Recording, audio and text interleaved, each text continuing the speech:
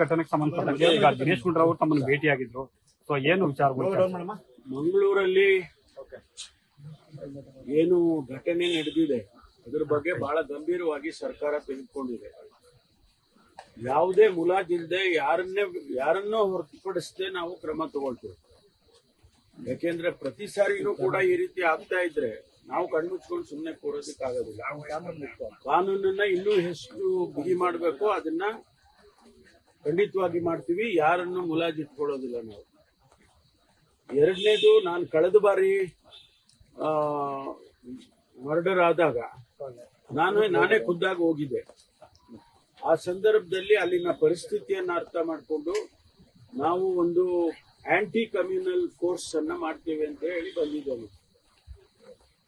ಈಗ ಅದಕ್ಕೆ ಸ್ವಲ್ಪ ಫಾರ್ಮಾಲಿಟೀಸ್ ಅಂದ್ರೆ ಯಾವ ರೀತಿ ಮಾಡಬೇಕು, ಯಾರು ಅದನ್ನ ಹೆಡ್ ಮಾಡಬೇಕು, ಅವ್ರಿಗೆ ಏನ್ ಪವರ್ ಕೊಡಬೇಕು, ಇದೆಲ್ಲವನ್ನು ಕೂಡ ಪರಿಶೀಲನೆ ಮಾಡಿ ಸ್ಟಡಿ ಮಾಡಿ ಅದನ್ನ ಮಾಡಬೇಕು ಅಂತ ಹೇಳಿ ಇವತ್ತು ನಿನ್ನೆ ದಿವಸ ಅದಕ್ಕೆ ಒಂದು ಸರ್ಕಾರಿ ಆದೇಶವನ್ನು ಕೂಡ ಹೊರಡಿಸಿದೆ.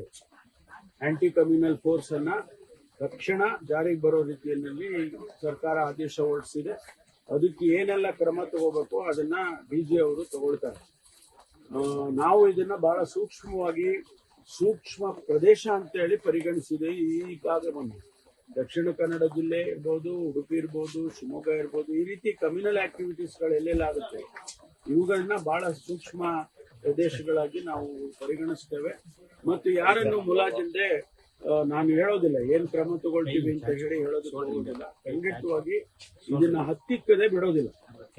ಈ ಏನು ಕೋಮು ಗಲಭೆಗಳಾಗ್ತಾ ಇದೆ ಅಥವಾ ಯಾವುದೇ ಈ ರೀತಿ ಉದ್ದೇಶದಿಂದ ಕೊಲೆಗಳಾಗ್ತಾ ಇದೆ ಅದನ್ನ ಹತ್ತಿಕ್ಕದೆ ಬಿಡೋದಿಲ್ಲ ಸರ್ಕಾರ. ಯಾವ ಮುಲಾಜಿಲ್ಲದೆ ಕೂಡ ನಾವು ಕ್ರಮವನ್ನು ತಗೊಳ್ತೀವಿ. ಸರ್, ಹಿಂದೆ ಕೂಡ ಉತ್ತರ ಬರ್ತಿರುವಂತದ್ದು ಯಾಕೆ ಪದೇ ಪದೇ ಯಾಕೆ ಆ ಪ್ರದೇಶದಲ್ಲಿ ವಾತಾವರಣ ಕೆಟ್ಟಿದೆ. ಒಬ್ರು ಇವ್ರು ಮರ್ಡರ್ ಮಾಡಿದ್ರೆ ಅವ್ರೊಂದು ಮರ್ಡರ್ ಮಾಡೋದು, ಅವ್ರೊಂದು ಮಾಡಿದ್ರೆ ಇವ್ರು ಮಾಡೋದು, ಈ ರೀತಿ ಈ ದ್ವೇಷ ಭಾವನೆ ಬಂದ್ರೆ ಸಮಾಜ ಎಲ್ಲಿ ಉಳಿಯೋದು, ಅಲ್ಲಿ ಜೀವನ ಮಾಡಕ್ಕಾಗುತ್ತೆ. ಅದನ್ನ ಸರ್ಕಾರ ನಾವು ನೋಡ್ಕೊಂಡು ಸುಮ್ಮನೆ ಇರೋದಿಲ್ಲ. ಖಂಡಿತವಾಗಿ ಇದನ್ನ ನಿಲ್ಲಿಸ್ತೀವಿ, ನಿಲ್ಲಿಸದೆ ಬಿಡೋದಿಲ್ಲ. ಸರ್, ಆಂಟಿ ಕಮ್ಯುನಲ್ ಫೋರ್ಸ್ ರಚನೆ ಮಾಡ್ತೀವಿ ಅಂತ ನೀವು ಲಾಸ್ಟ್ ಟೈಮ್ ಸರ್ಕಾರಿ ಆದೇಶ ಸ್ವಲ್ಪ ಲೇಟ್ ಆಗಿ ಬಂದ್ರಿ ನೀವು. ಸರ್ಕಾರಿ ಆದೇಶವನ್ನ ನಿನ್ನೆ ದಿವಸನೇ ಬಿಡುಗಡೆ ಮಾಡಿದ್ದೇವೆ. ಅದನ್ನ ನಿನ್ನೆ ಅಲ್ಲಿ ಮಂಗಳೂರಲ್ಲಿ ಹೇಳಿ ಬಂದು ನಾಳೆ ಬೆಳಗ್ಗೆ ಇಲ್ಲಿ ಫೋರ್ಸ್ ಮಾಡಕ್ ಆಗೋದಿಲ್ಲ. ಅದನ್ನ ಯಾವ ರೀತಿ ಮಾಡಬೇಕು, ಅದು ಯಾವ ತರ ಸ್ಟ್ರಕ್ಚರ್ ಮಾಡಬೇಕು, ಅದನ್ನೆಲ್ಲ ಎಷ್ಟು ದಿವಸ ಸಮಯ ತಗೊಂಡು ಮಾಡಿದ್ದೇವೆ. ಈಗೇನು ಆಂಟಿ ನಕ್ಸಲ್ ಫೋರ್ಸ್ ಇದೆ ಅದರಲ್ಲೇ ನಾವು ಆಂಟಿ ನಕ್ಸಲ್ ಫೋರ್ಸ್ ಅನ್ನ ಮುಚ್ಚಬೇಕು ಅಂತ ಹೇಳಿ ನಾವು ಅಂದ್ಕೊಂಡಿದ್ದು. ಆ ಫೋರ್ಸ್ ಅನ್ನ ಅರ್ಧ ಭಾಗ ಫೋರ್ಸ್ ಅನ್ನ ಈ ಆಂಟಿ ಕಮ್ಯುನಲ್ ಫೋರ್ಸ್ ಕನ್ವರ್ಟ್ ಮಾಡಿ ಅವರಿಗೇನೆಲ್ಲ ಹೆಚ್ಚು ಅಧಿಕಾರ ಬೇಕು ಮತ್ತು ಅವ್ರಿಗೆ ಬೇಕು ಎಲ್ಲ ಸವಲತ್ತುಗಳು ಬೇಕು ಅದೆಲ್ಲ ಕೊಟ್ಟು ನಾವು ಈಗ ಅದನ್ನ ಪ್ರಾರಂಭ ಮಾಡ್ತೀವಿ. ಮೂರು ಜಿಲ್ಲೆಯಲ್ಲಿ ಅಂತ ಹೇಳಿದ್ದೇವೆ, ಶಿವಮೊಗ್ಗ ಮತ್ತು ಉಡುಪಿ ಮತ್ತು ಮಂಗಳೂರು. ಆ ಜಿಲ್ಲೆಗಳಲ್ಲಿ ಹೆಚ್ಚು ಫೋಕಸ್ ಮಾಡಿ ನಾವು ಮಾಡ್ತೇವೆ. ಸರ್, ಕೋಮು ಭಾವನೆಯನ್ನು ಕೆರಳಿಸುವಂತಹ ಪ್ರಯತ್ನಗಳು ಕೂಡ ಅಲ್ಲಿ ಜಾಸ್ತಿ ಆಗ್ತಿದೆ.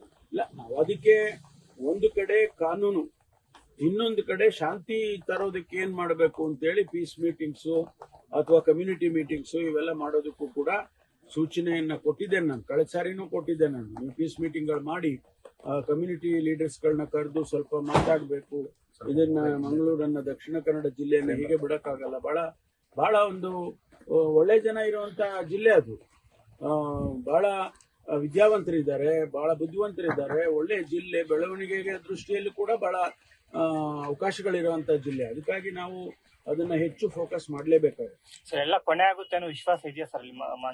ಎಲ್ಲ ನಾವು ಮಾಡ್ಲೇಬೇಕಲ್ಲ, ಕೊನೆ ಆಗುತ್ತೆ ಅಂತ ವಿಶ್ವಾಸದಿಂದಲೇ ಮಾಡ್ಬೇಕು ನಾವು. ಇಲ್ಲೇ ಇದ್ರೆ ಆಗೋದಿಲ್ಲ ಅಂತ ಹೇಳಿ ಅಪನಂಬಿಕೆ ಇಟ್ಕೊಂಡು ಮಾಡಕ್ ಆಗೋದಿಲ್ಲ. ನಾವು ಕೊನೆ ಮಾಡ್ತೀವಿ. ಪೊಲಿಟಿಕಲ್ ಲೀಡರ್ಸ್ ಪ್ರತಿಗಳಿದೆಯಾ ಸರ್? ಅದು ಆಟೋಮೆಟಿಕ್ ಆಗಿ ಅದನ್ನೆಲ್ಲ ನಾವು ವೆರಿಫೈ ಮಾಡ್ಕೊಳ್ತೀವಿ. ಈಗ ನೆನ್ನೆ ಅವ್ರು ಮರ್ಡರ್ ಆದ ತಕ್ಷಣ ಸಂಜೆ ಒಳಗಡೆನೆ ನಾವು 4 ಜನನ ಅರೆಸ್ಟ್ ಮಾಡಿದ್ವು. ಈಗ ಇನ್ನೂ ಅವರ ಹೇಳಿಕೆಗಳಲ್ಲಿ ನಮ್ಗೆ ಕೆಲವೆಲ್ಲ ಬಹಳ ಗಂಭೀರವಾದಂತ ಮಾಹಿತಿಗಳು ಸಿಕ್ಕಿದಾವೆ.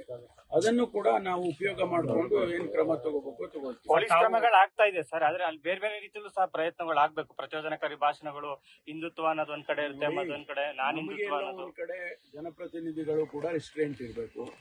ಅವರು ಪ್ರಚೋದನೆ ಮಾಡಕ್ ಹೋದ್ರೆ ಬೇರೆ ಯಾವ ರೀತಿ ನೀವು ನಿಲ್ಸಕ್ಕಾಗತ್ತೆ?